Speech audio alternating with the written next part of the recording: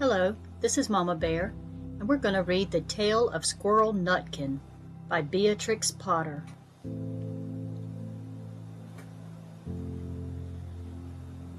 This is a tale about a tale that belonged to a little red squirrel, and his name was Nutkin. He had a brother called Twinkleberry and a great many cousins. They lived in a wood at the edge of a lake. In the middle of the lake there is an island covered with trees and nut bushes, and amongst those trees stands a hollow oak tree, which is the house of an owl who is called Old Brown. One autumn, when the nuts were ripe and the leaves on the hazel bushes were golden and green, Nutkin and Twinkleberry and all the other little squirrels came out of the wood and down to the edge of the lake. They made little rafts out of twigs, and they paddled away over the water to Owl Island to gather nuts. Each squirrel had a little sack and a large oar, and spread out his tail for a sail. They also took with them an offering of 3 fat mice as a present for Old Brown, and put them down upon his doorstep.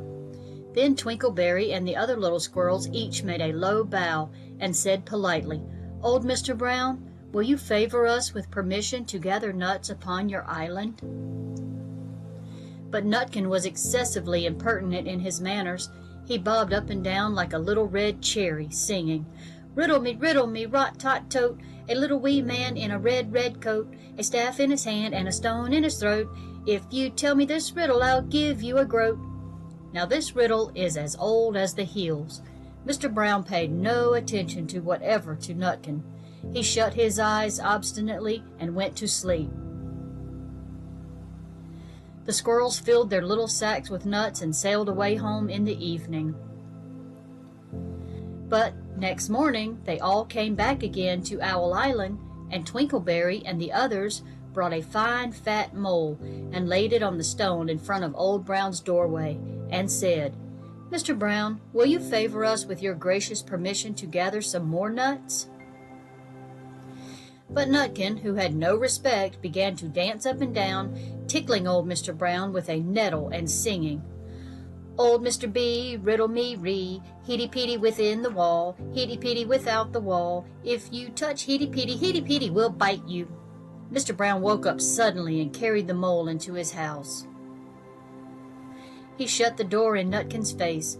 Presently a little thread of blue smoke from a wood fire came up from the top of the tree, and Nutkin peeped through the keyhole and sang, "A house full, a hole full, and you cannot gather a bowl full." The squirrels searched for nuts all over the island and filled their little sacks. But Nutkin gathered oak apples, yellow and scarlet, and sat upon a beech stump playing marbles and watching the door of old Mr. Brown.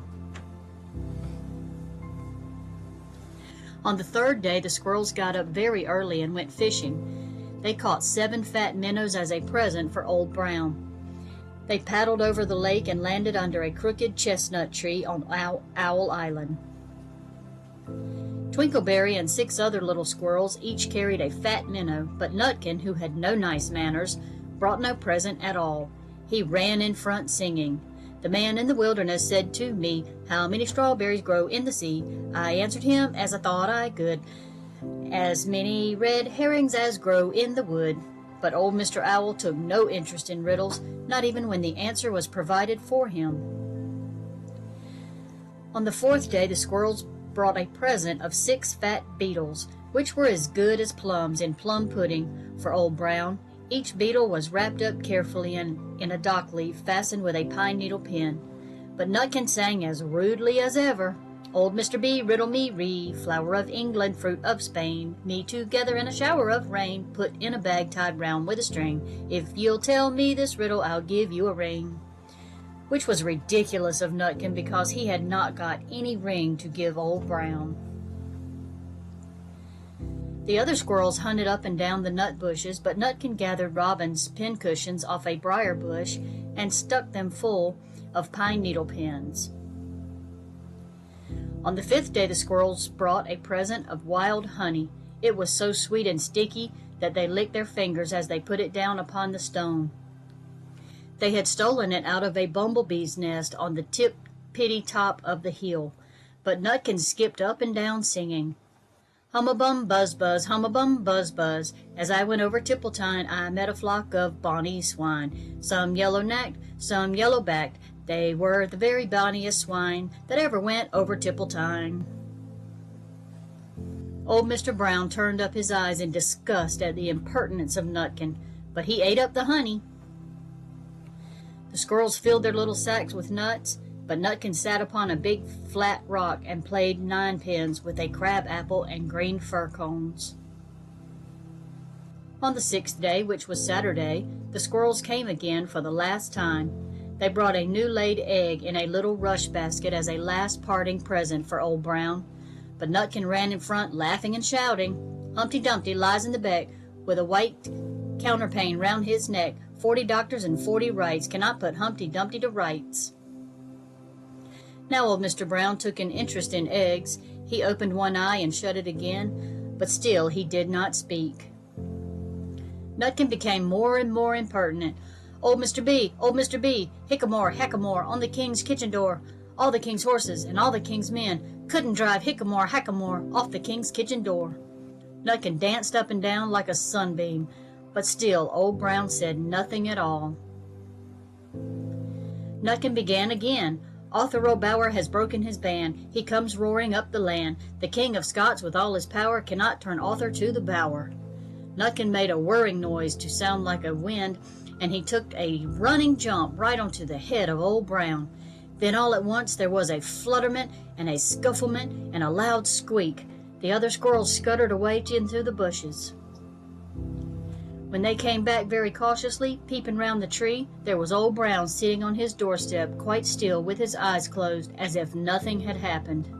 But Nutkin was in his waistcoat pocket. This looks like the end of the story, but it isn't. Old Brown carried Nutkin into his house and held him up by the tail, intending to skin him, but Nutkin pulled so very hard that his tail broke in two, and he dashed up the staircase and escaped out of the attic window.